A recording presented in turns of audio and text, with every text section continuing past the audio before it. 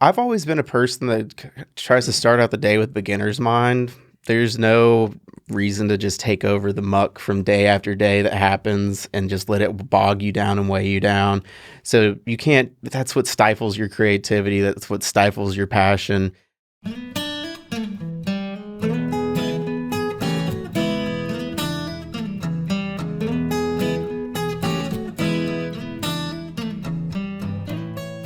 Hey everybody, welcome back to Bourbon Pursuit, the official podcast of bourbon. I'm Kenny Coleman.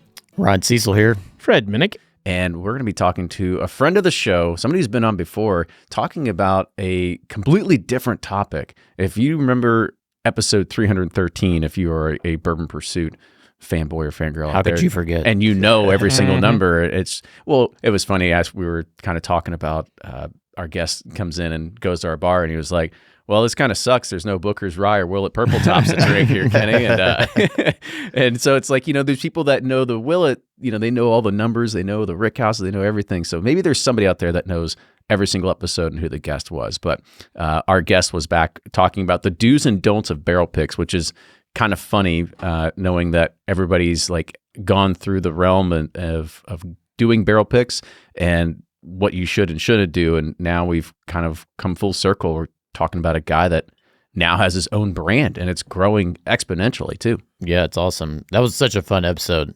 It was a tough decision to decide who is dressed cooler, John or Macaulay. I think, do y'all go shopping together? I'll ask you that, but they're definitely two of the best or most interesting dressed people in the bourbon game, which is awesome. So he's definitely been a good friend of ours and really excited for his success and him to share his story of what he's got going on. He's kind of a unicorn in that he's one of the few people who have left a distillery at a high position and started their own and really ameliorated their career. And like people are like, oh, that's true. We were talking about that yesterday. We're like, who has left a distillery, started their own thing, and they're doing well? You're the only one we can think of. He's a unicorn. True. Very true, very true. Well, let's go ahead and introduce him. So today on the show, back again is Macaulay Minton. He is the chief alchemist of Dark Arts Whiskey House. So Macaulay, welcome, man.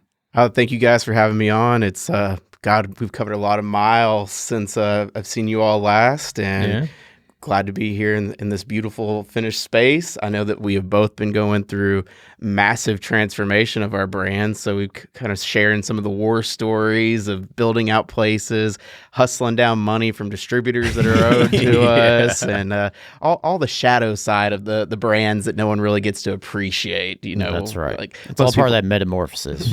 Exactly. Coming out of the cocoon. Well, the last time that you were on here, you were the barrel program manager over Wildernes Trail, not near as cool as chief alchemist, right? So you had some more of an official corporate title, but that was back in 2021. Man, fast forward a couple of years, you've definitely gone on a huge change and huge journey. But before we dive into Dark Arts and what you started here, give some people a little bit of background about, if they haven't listened to that episode, sort of how you got into whiskey and sort of what the trajectory has taken you as well. I actually kind of just fell into the whiskey industry. I was at college and decided I didn't want to be a lawyer anymore. And they just started the Jim Beam Institute. So there was a brewing, distillation, and winemaking program. So thought that would be a little bit more fun than studying case law every day for the next few years and then 100%. Taking that on into the world.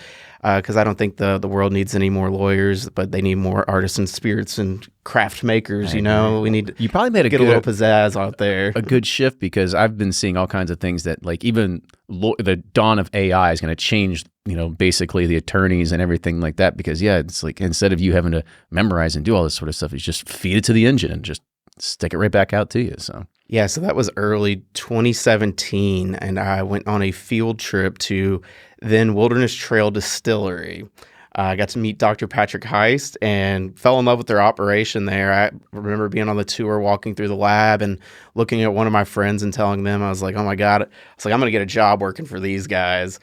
So I pestered Dr. Heist enough to let me get an internship in the microbiology lab, Firm Solutions. And had no scientific background other than political science. The ace in the hole for me, though, is I do know how to brew beer. So I undertook a fermentation study where we took some ale yeast strains, we brewed some beer, and then ended up taking it to market. Planning on packing up shop and taking off to, Southern California, Denver, maybe even Asheville to, be a master brewer All or these something meccas. in that, the meccas of the craft beer world at that time. Yeah. Well, it turns out I was just going to go into the next room and become a distillery operator. I kind of played round robin of a bunch of little jobs there. I worked in the gift shop a little bit. They tricked me into running the bottling operation. But I spent the bulk of my career there running the single barrel pick program and working in quality control of finished goods. So, selecting all the bangers for the barrel program, calling out the baddies, and then blending the rest. I love it. That's awesome. Man, the lingo is just probably The hitting baddies. I know. It's just like all our when they hand the ops manual to, or the SOPs to Campari, they're like, and these are where the baddies. Why does this have the heart chakra symbol next to it? Oh, well, how much time do you have? Yeah, it's like, let me explode your corporate mind for a whole other minute. thing here. So Wildernes Trail gets acquired by Campari. You were there for a very, very short time after that, and you were just kind of like, I'm going to do my own thing. Was this do your own thing, like you already had this in your back of your mind, or was it like a acquisition of Campari? You're like, I don't know if I want to be under these kind of like overlords, maybe. I had kind of had the ideation of this project before, had it all on paper, talked to some investors, and then COVID happened. And, that's probably not the best time to get people to cough up some money to do it. So kind of just went away into a file folder. I decided to take that time and get an MBA. So I got a master's degree in marketing and management from Northern Kentucky University, and just kind of took my experience at the distillery and, just channeled that into the education and the application of everything whiskey industry that I could learn. And then just wrote it out as much as I could. I started a consulting company called Unbridled Approach Consulting. That didn't go too far because one of my first people that I talked to then became my business partner, David Pete. Nice. I had a bottling company that I was talking with, trying to help out. And then they became our first bottler. So didn't get too far out of the gate before Consulted transitioning. yourself. Yeah, consulted myself. So basically just paid people paid me to pull together my dream. Yeah. So that's and then God, being an owner is there's not a single hat for it. We started, I remember ideation of this was in early 2023. We were just trying to figure out a name, working with graphics designers, like what are we going to put into the bottles, ordering exotic wood from all over the world, doing the protocep research at my house, and then kind of had a little foothold in it. And then, it's just like, you think all the time, it's just like, all right, when do I pull the trigger? When do I quit my day job and I go full into the deep end with this? So, that swirls around and it swirls around. And then it's just finally, it's like, okay, I can't do both anymore. As at that time, I was living in Danville. I would get off work, 5 o'clock. I would drive up to Lexington. I'd do some blending, working on these projects, work until, midnight, 1 o'clock, drive back to Danville, and then just do it all over again. So it was a lot of grunt and grime work there, but it has paid off monumentally. Yeah, it's your 9 to 5, and then your 5 to 9 is kind of how Right. how it all goes. Well, one thing I would say about you is that when I first met you, I was struck with how positive and how much incredible energy you have. Anytime you start something up from a business perspective, that is not easy to keep. Did you have some down moments? Like, did some of that enthusiasm go away early on? I've always been a person that tries to start out the day with beginner's mind. There's no reason to just take over the muck from day after day that happens and just let it bog you down and weigh you down. So you can't, that's what stifles your creativity. That's what stifles your passion. And just being able to have that strength to like persevere over that is a daily battle. I don't win that battle every single day of my life. There's sometimes when you're thinking of, all right, what do we do in Capital X? Do we build a whiskey house? Do we buy more barrels? Do we hire more staff? So those decisions, don't just affect me, they affect my team, the future of my business. And I mean, you also have to think the community of the whiskey industry, and even on a local level. I mean, we're employers now. We've gone from having 2 people on the team to close to 15. So it's not just it's about me or my vision anymore. It's making sure that we able to cover our success, keep momentum behind it, and be able to empower new individuals that are seeking employment in the industry.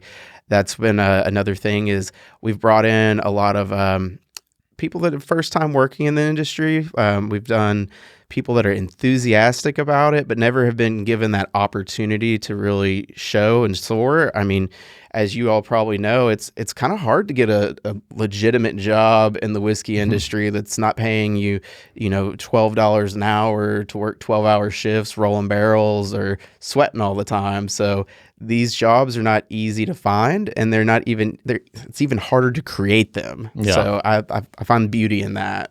Yeah. So talk about when you're coming up with, this concept, and obviously you said you worked with a branding team to come up with the name and this and that, but what did you, when you were like, I want to do my own thing, what was like the essence, or what did you what was missing from the marketplace that you thought, this is where, dark arts or my brand, that's where I want to live? I wanted to start up and be a very niche segmentation of the whiskey industry. There's no way that I'm coming out of the gate with a 6-year-old $30 bottle. I'm going to take over the world with that brand. So how do you differentiate yourself from the big masses of the group? And I chose that specialization by doing a lot of wood finishes, wine finishes, and spirit finishes, and then the curation of not just a single distillate, but working with multiple distilleries. And then we bring those back in. We have our core lineup, of course. We have some single barrel one-offs, and then we also have specialty releases. So trying to take the paradigm just a little bit different from the private barrels from, like here's 3 barrels, either select it or get out.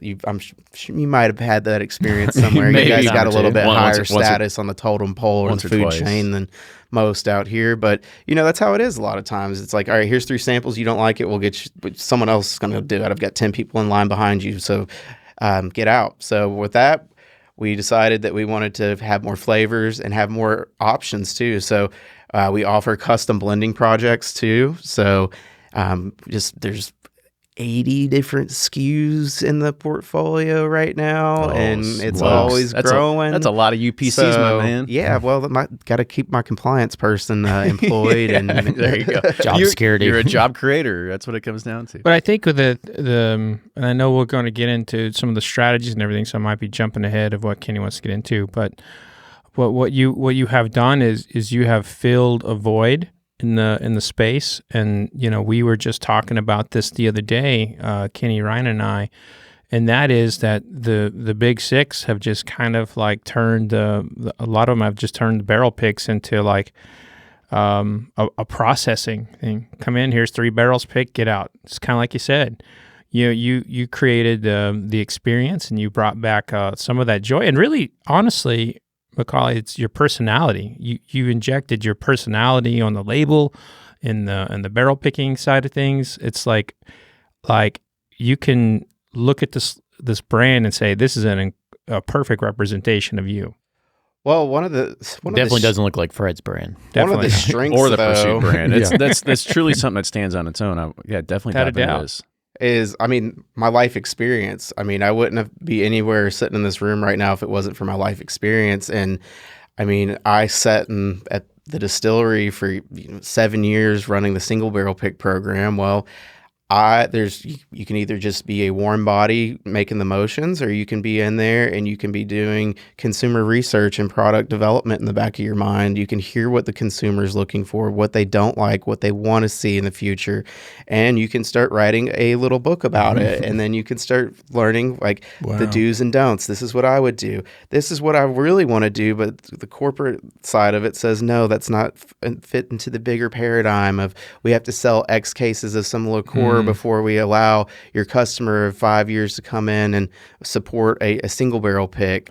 So it's just trying to open up the door for access without being like pretentious about it. I mean, I think that so much whiskey has it's more egos in it than actual artisanship and craftsmanship in it.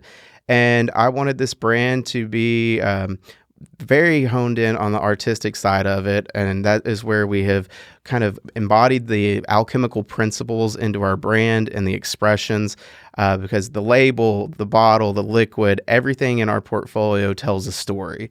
And that story isn't something that is repeatable. Everything has its own signature DNA to it, and it's not going to be recreated. I mean, I've been on blending panels with some of the big guys, and like, I'm not going to say which one it was, but it was a big one.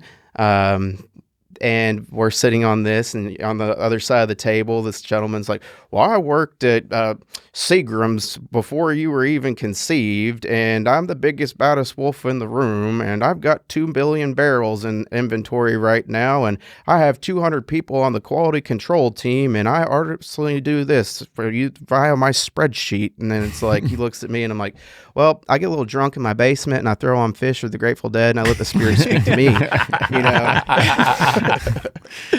Dude, damn your spreadsheet. Awesome. Yeah, so it's just different approach. I mean, but this gives it personality. I mean, when you drink these products, you possibly know me, if not, possibly know one of our team, and like these are living body expressions of myself, my family, our company, and just really want to have just a small thumbnail in the future of whiskey, and being able to shift the paradigm and being a part of these conversations and just having a seat at the table is pretty amazing for me. I mean, I'm probably a lot younger than most of my colleagues in these positions. I've been able to pull this off in the last 33 years, which that person at that table, as he informed me, has been doing it longer than I was alive. And that's why he can use baddies in his stuff, right? We're not there. We're past that already. So I just think that there is an evolution in the market. I mean, we always talk about the bourbon gloom and doom right now, and I've got theories on that.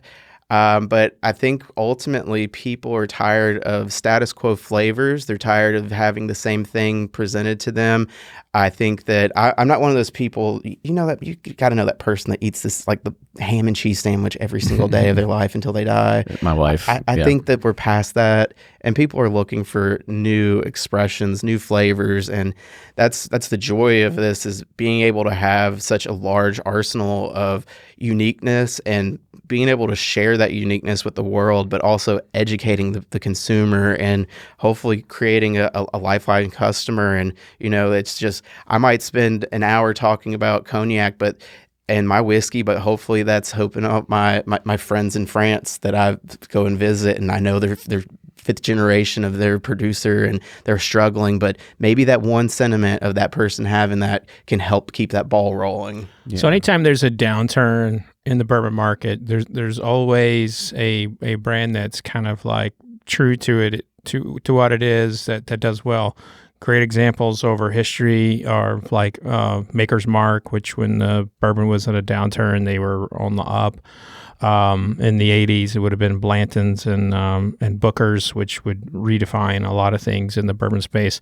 And you were kind of taking advantage of the bourbon industry having ignored the people who brought them to the dance, as I like to say a lot of times. Like, you were catering things to them. But there is going to come a time where, I don't know if your financial situation, or you got investors, whatever, people are going to be like, okay, what's next? We need an everyday product. We need to scale.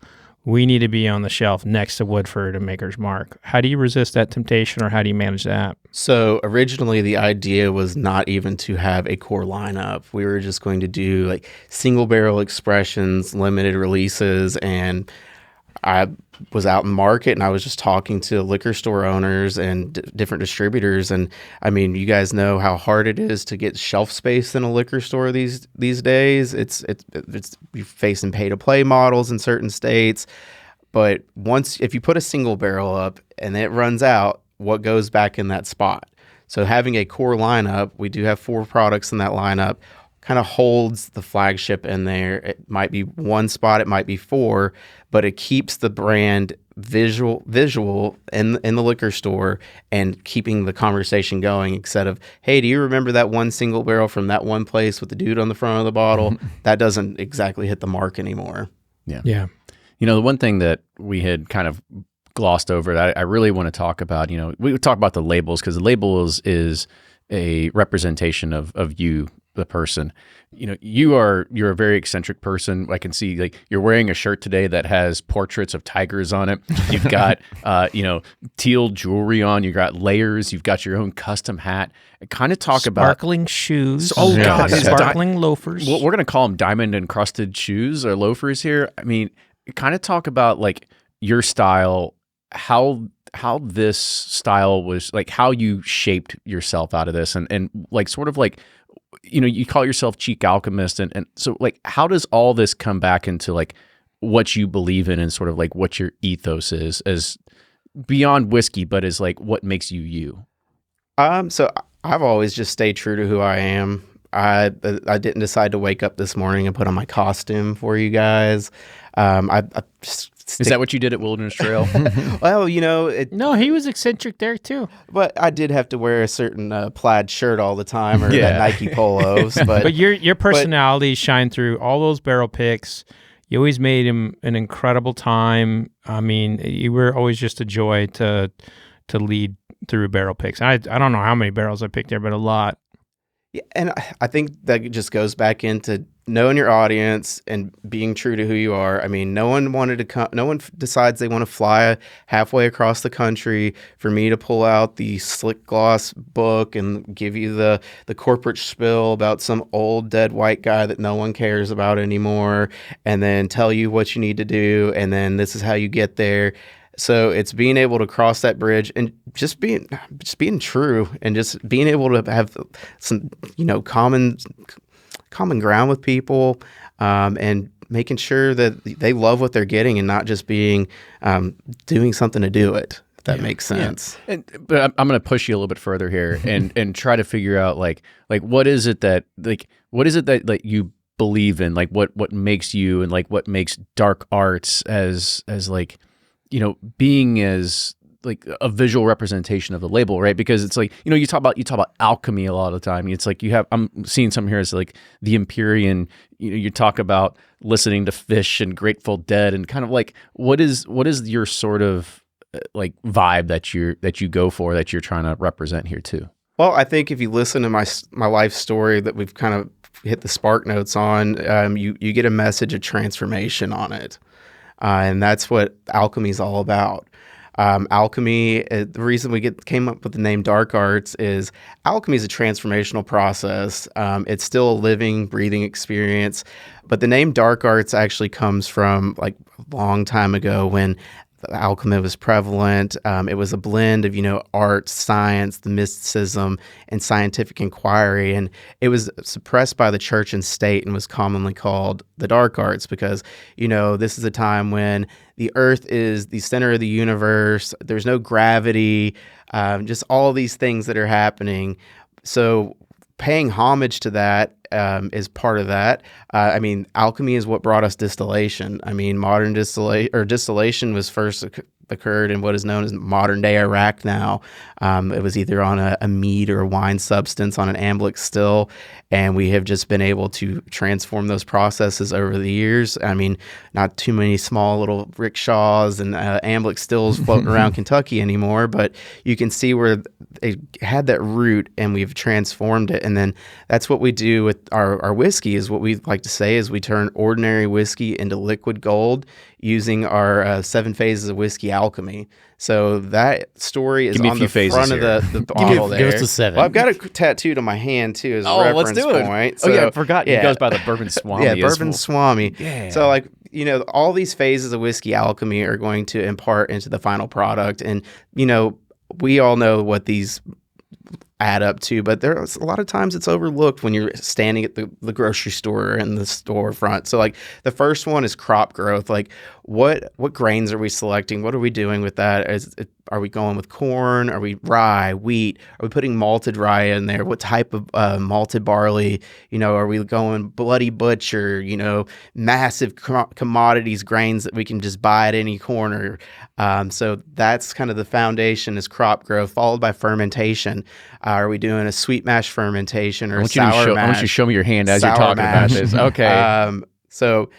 And can you explain the symbols that you're doing in here as well? So these are actually some alchemical symbols. So I've got a pretty nice little library of old alchemical books. So I study in alchemy, finding all these symbols and then trying to bring them back into a modern application to it. Show the camera. Because at some point I'm going to make Ryan get a tattoo, but it's just our mash bills because he keeps forgetting them. So. Yeah, do that one right there. Yeah, it's underneath your watch face. Roll up the sleeve a little bit. We have six of them. So. There's so much different things that fermentation can do. I mean, you come down to Wildernes Trail, it's, microbiology lab, it's a hospital scene. Or if you go up to Neely Family Distillery, you got Royce shaking out the blackberry bush to get the yeast out of it. So, there's no right or wrong answer to it, and that's the beauty of it. And that's where you get that art to it. That's where you get the mysticism to it, because even regardless if you do have these state-of-the-art facilities, there is some kind of mysticism. There is some kind of factor that just is part of the unknown and kind of the magic of it all. So continuing that realm through there, we've got our crop growth, fermentation, next is distillation. So, how are we doing the cuts? Are we using column still, pot still, running it real hot and fast, running it slow? And then we get into maturation. So maturation, what's the primary vessel that we're going in? Are we doing number one char and sending it on a boat to the Philippines and back? Are we letting it sit down in good old God's country down the road out or in wherever, Danville, be, just any 20-mile radius from here. And then continuing that is what are we starting out with? Am I taking a 2-year-old whiskey and I'm putting it into a white port barrel at this point and then sending it out the door? No. And then that goes into the finishing aspect of it. So we do heavy on the finishing. I mean, I work with several varietals of French oak, Japanese oak, y'all's favorite Amburana. Oh, it's the best. We can only use more Amburana. Like we need more lawyers. And oh man, that was a major diss by Kenny. No, that was big. It's not to him; it's to the entire category. Sidebar though is Amburana. That's over, right? Like there's not even any incoming wood anymore, right? Or are you using repurposed wood? I have wood coming in too. Yeah, wood coming in. Yes. Yeah. But we always use staves instead of the entire barrel. Yeah. So I heard that that line had been cut. So maybe he got reactivated. Oh, I just want to sidebar on that. No, my own curiosity. You can't kill a trend. Not like that. Well, the thing is, though, is like there were claims that the wood was illegal. Like the wood that was incoming was harvested from trees that were protected. So that's all. Just like anything illegal, there will be a way to work around it, right? And that's not going to change anything. In America. Yeah. It's because of the lawyers. And alchemy. In alchemy. In alchemy. So how'd you get into Alchemist? Did you read the book The Alchemist from Paul Coelho? I love that book. That's a great book. Yeah. That was that kind of opens your eyes to things, and then you can fall down the rabbit hole of spiritual alchemy. Like old historical texts. It's prevalent practice. I mean, it's not gone away. So it's whatever you want to make of it. Honestly, I mean, there's ways of alchemical expression through your art, and view my whiskey as my art. So that's where we pull it back in. I remember when I was researching whiskey women, and I came across all those women who were practicing it and would later be, executed for it, back in the day. And it's like you had talked about, how the separation, at that time before gravity and how everyone viewed things. But we still have a very prominent world that could look at the label and be like, that's the devil. You got people looking at Starbucks, logos and saying like, that's the devil. Like, do you experience any of that?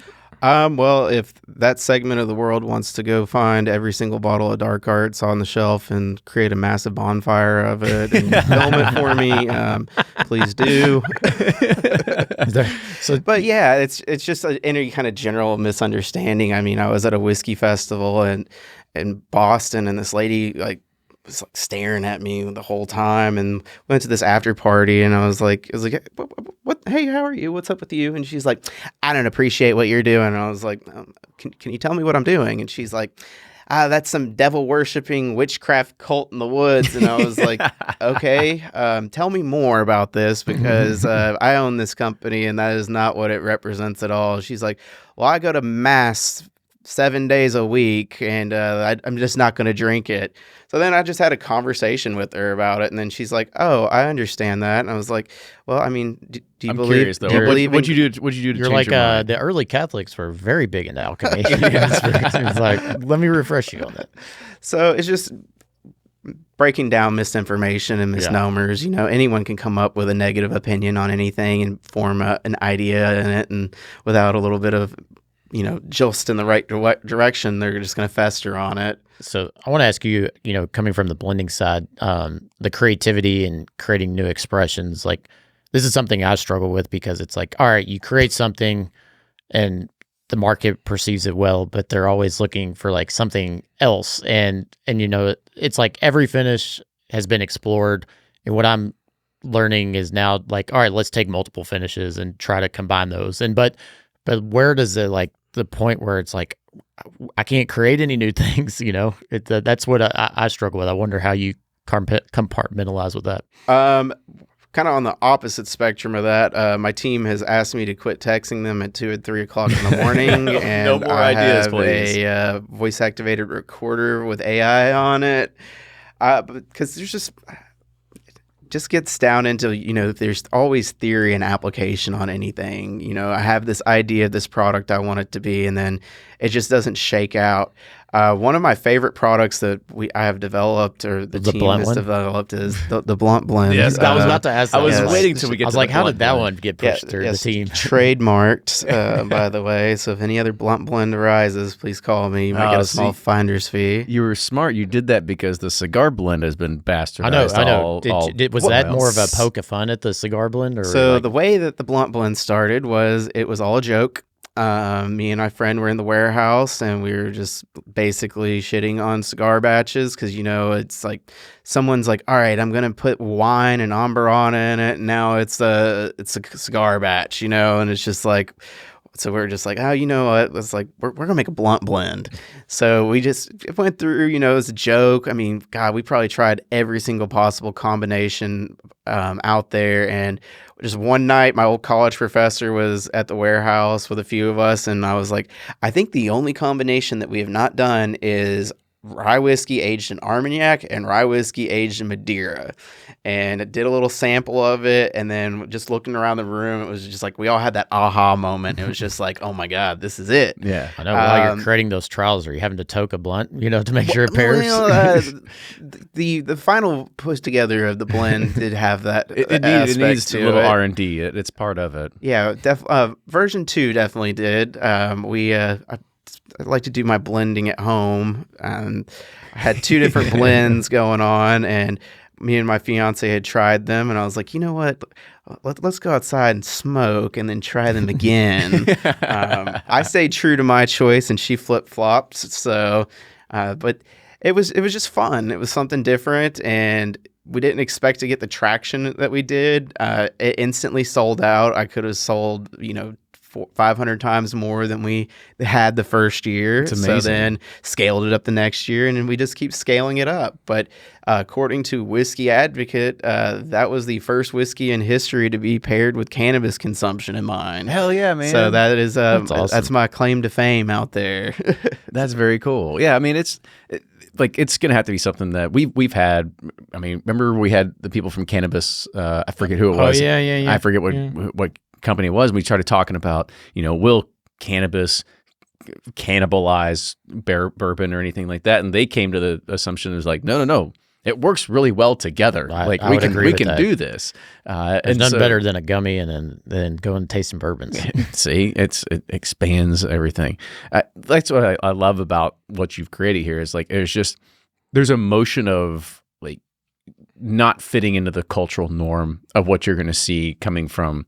Hell, even somebody like us, like if Ryan would have presented to me, I was like, no, dude, like there's no way, like we're going to get so much backlash or whatever. But what I love about what you did is like you stay true to yourself, and like you're like, I think Dark Arts is probably the only one that probably could have done something like that, right? Because of like the brand and like what the like every essence of like what you portray as a part of it. Well, it kind of alludes to what you just said. I had a guy at the whiskey house the other day, and he's like, I just don't like that blunt blend. And I looked at him and I was like, it's funny. I didn't fucking make it for you. Yeah. You straight up told him that? Yes, I did. Hey, you got some balls going up to old ladies at whiskey festivals and then, chasing down a dude. Fuck you, motherfucker. I didn't make it for you.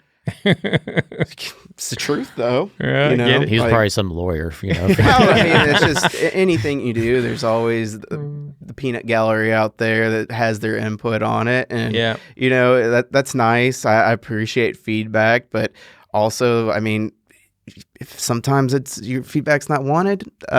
You didn't liquidate your 401k to start a whiskey company. You don't work 7 days a week. You don't get time with friends and family, and employ people and take a shot in the dark and try to express your dreams into reality by listening to everyone. Because I remember when I had talking to people, calling people before I decided to make the plunge, and man, the majority of people told me not to do it.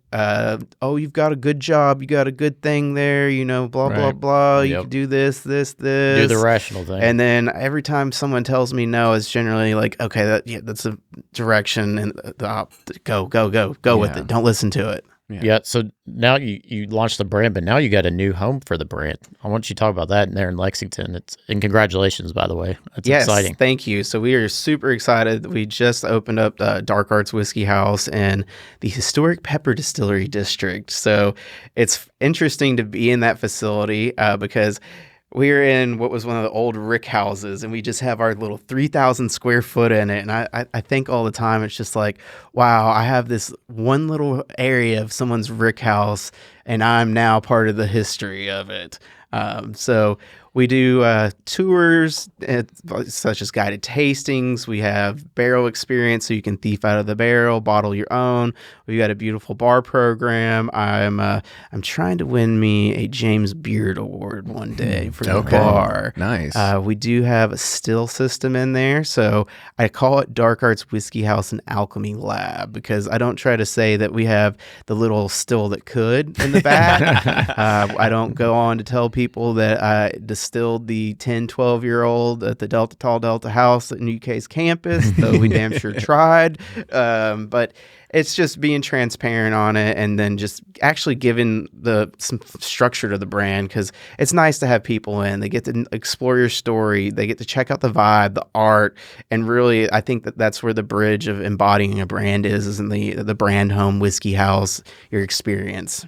I'm curious how you go about this question, because I'm sure you go to a lot. I mean, I've seen you at a lot of whiskey shows, and you're always handing out samples. You're always very present. And now that you're growing, I'm sure you have a lot of staff. How do you approach the question when somebody comes up and goes, "What's your mash bill?" Because we get it all the time. I'm like, well, no. It's like It's like all these different things come together, and it's not. We're not about a mash bill. Like, how do you approach that question? So I have actually color coded the labels to correlate with the mash bill for the most part. Okay. So except for the blue label here, that's generally a mix. So 64 corn, 24 rye, 12% malted barley, so on and so on. So I try to keep that on there, and then all of my labels also disclose what's in it. So I'm 100% transparent when I can be, which means if I have an NDA with this one person, I'm not telling you anything. But if you're smart, you could probably do some deductive reasoning and figure it out. But I think that transparency is key in this industry, being a NDP. That's why I made the joke about not making the 12-year-old at the fraternity house. But there's a lot of people out there that have these mythical stories that are not reality, and I think that hurts the industry, and it hurts the longevity of a brand. I mean, yeah, but that's also, that's the DNA of the business. I mean, for God's sake, Heaven Hill still leads with Elijah Craig inventing bourbon. It's just, when I first got into it, no one would even disclose their mash bills. Now you have people asking about them. So that is encouraging. And the fact that people are asking about that stuff, shows me there's a little education out there, and we're never going to get in a place where there's absolute transparency, but people like you will continue to push it forward and hopefully influence a little bit of change. I view it as an educational front, and I think that having a better educated consumer benefits the entire industry. Yeah. Yeah, no doubt. So I just tried I'm trying to say cognac-y or So that one's a very special barrel right I'm trying to read So Ila Kupa Konyigi. yeah. Gosh, this thing's special. So That's really good. The Mizunara was great too. This one's on another level. on top of opening the whiskey house and opening several other states, I have gotten engaged this year. Oh, Congratulations. So we had gotten engaged in January in Key West, and then there were some very highly sought after barrels that everyone talks about that came onto the market, and I had the privilege of going through a nice amount of those and curating those. So Rhymes with Smuff turkey. I was like, is this, Yeah. it's 16 and a half years old. So we had a very short window to go through several boxes of samples before another customer came in to acquire some barrels. So I had a tasting team at my house. Somehow I had the box with all the hazmat and the ultra high proof stuff. Oh shit, I didn't even look at that. So that one's 127, not as bad as some of the other ones, but we had our tasting team there. I had my fiance was there. So what we did is I had everyone in the group pick out their 2 favorite barrels and present them to Avery. And then she tasted through those barrels and picked out her 2 favorites. And then I picked out a third, and we made a 3-barrel blend of the buff turkey. And then I imported a beautiful Armagnac cask from France. And it's been sitting in finishing barrel since about February. Wow. That's amazing. It's really, really Yeah, good. That's really good because we tried the buff turkey and they were wildly inconsistent. It was like, but put them in that Armagnac. I mean, because the buff turkey to me had like already some really nice like raspberry, bright fruity, strawberry candy kind of notes, which is not typical from the turkey profile. But adding in that depth of the Armagnac just really sets it off. I mean, that's really well done. Yeah, I think I might be the only person that's finishing any of the liquid in the country. I also have another French Jourcon barrel was finishing in there too. So excited to see how that shakes out. Very cool. And so is this one I see, it says Dank Art. Is this part of the blunt blend, or is this a riff on it? So it says blunt blend on the front of the bottle, and then we decided to name it that batch Dank Arts. I like it. So those are 2 different blunt blends, those 2? Well, it got named Dank Arts 2 years in a row at this point. Gotcha. If it's not broke, don't fix it. Yeah, no, right? It's what's great with it. And then assuming that everything on here was just like, you had the concept of like what dark arts means to you, and it's like let's create some sort of graphical representation of what we wanted, or was like, did you have this image in your mind of what you wanted? Oh no, the white guy or the old guy in the very front of it be like, oh yes, like swifting around a. Well, we whiskey started glass. out with my firm guidelines of I didn't want a horse on the bottle. I did not want a barrel on the bottle. I did not want the name old in the name or Colonel. So we could have called it Colonel Macaulay Minton's Old Style Horse Track something, and put all it of those out. words. If this doesn't work out, you've always got that in your back pocket. Was it toasted though? That's the exclusive blend of that one. No, that was getting to this point was a lot of work. I mean, I had a talented graphics designer that was working with us, and she worked so hard presenting concepts and we'd go through it, and then we'd just decimate it. Be like, all right, I hate this. I like this little thumbnail on it, this, and this. And it was just truly an evolution of it. I remember I got drunk one night and I was just like, all right, this is what I'm going to do. So I took out like several of these alchemy books. Where all good ideas happen. And I just started like circling stuff with a Sharpie, putting Post-it notes in there, just all these like little note things. I mean, it looked like a journal of a serial killer, but you're like clipping out letters and putting them in a row. Right? Yes, make the bottle right. So that actually really helped her out though. Because there's a lot of texture on there. There's symbolism in there. But wanted to just have something that looked different than anything else on the shelves at the liquor store. And I tried really, really hard to shift it from that. We did want to keep some kind of uniformity to it. So that's kind of why we did like I call it like the billboard effect. So all these look similar, but different colors on it, a little bit different inclination of the mash bill or the finishing technique on it sets it apart. Yeah. And I guess sort of last question to dig into this is because finding those symbols, is there anything in I'll take something out of, I forget what movie it was, like the symbology, and they're like, no, it's symbolism. Like what the eye means, what does the sun mean?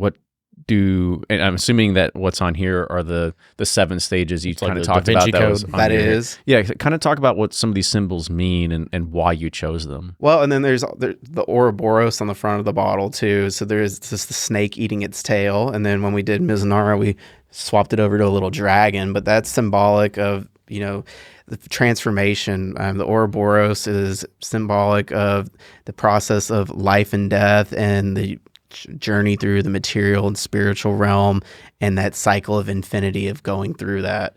I also put some Latin on the front of the bottle that means divine convention, unleash your spirit. And then there's also this like gold shimmer in here. That is a Kinston method. So like in Japanese poetry, when they break, or not poetry, but like pottery, if they break like a tea glass, they'll fill it back with the gold.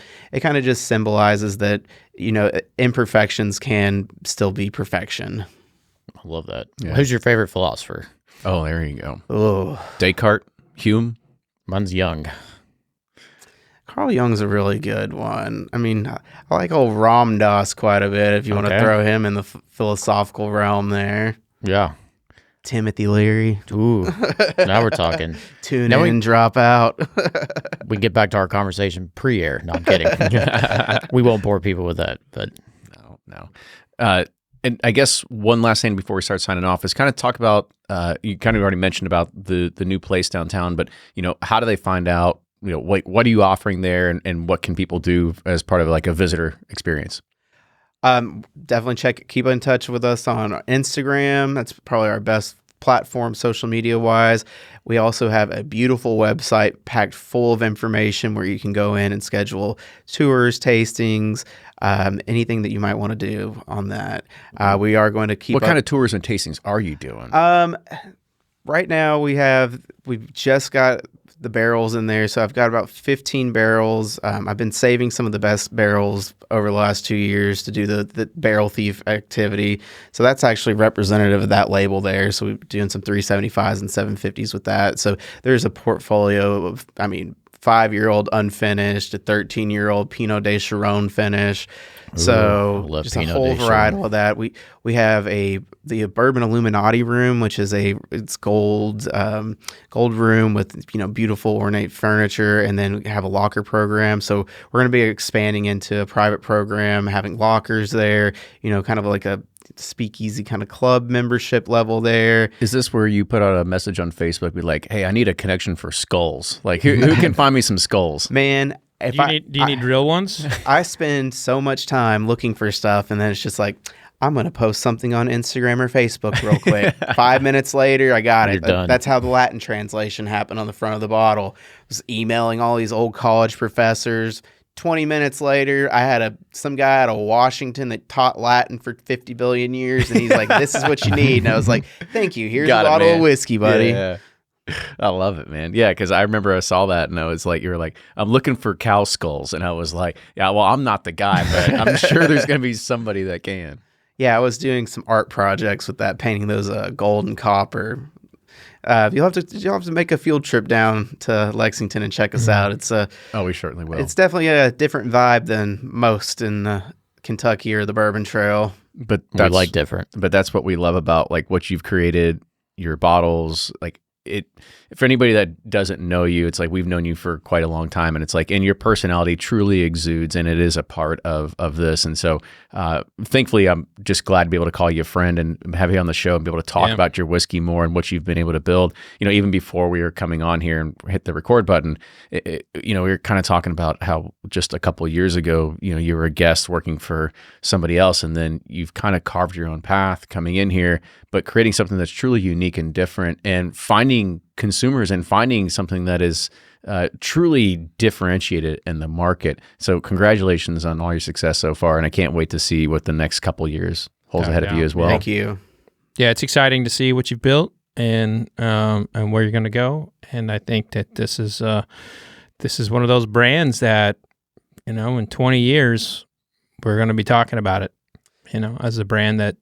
Well, he was smart because he said, "I'm not coming out and trying to make the $30 bottle, right?" It's he knows the consumer, and I think the pressure's always there, though. The pressure's always there. It always is, and it's like how low can you go, sort of thing. But if he's bitching out grandmas and like dudes coming up to him, he's not afraid of the pressure. Yeah, I'm gonna have to buy some more bookshelves and award cases. Thanks to your organization, my friend. That's not a bad thing, though, right? Oh, that's not at all. It's won a lot of awards. Yeah, it's nice to have affirmation other than someone that, my mama telling me it tastes good. Right. We get a lot of that too, so I get it. So one last chance, kind of tell people how they can find out more about Dark Arts, find out more about you, whether you got your own personal Instagram or anything like that as well. Yeah, you can follow me on Instagram at the Bourbon Swami, or Dark Arts Whiskey House, or check out the website darkartswhiskeyhouse.com. Awesome. Plug in. Yeah, man, that's the way to do it. So again, thank you so much for coming on, sharing your whiskey with us and your story. It was fun to be able to learn something more about you than just single barrels, right? And I think it's truly fun and fascinating to kind of see your past, your history, your beliefs, and a lot of the stuff that you find fascinating, but making something that's impactful inside this industry too. So congratulations on that. So follow him, follow Bourbon Pursuit. You can sign up for our newsletter. You can subscribe to that. Subscribe to Fred's newsletter as well. You've got, I don't know, north of a lot of people on there. So join the masses. North of a lot. North of a lot. Yeah. And then if you do like the show, you want to help support the show, you can do it for as little as $5 a month on patreon.com. And you can also even do more support by sharing with a friend, leaving a review, or anything else like that as well. But with that, cheers, everybody. We'll see you next time. Toodles.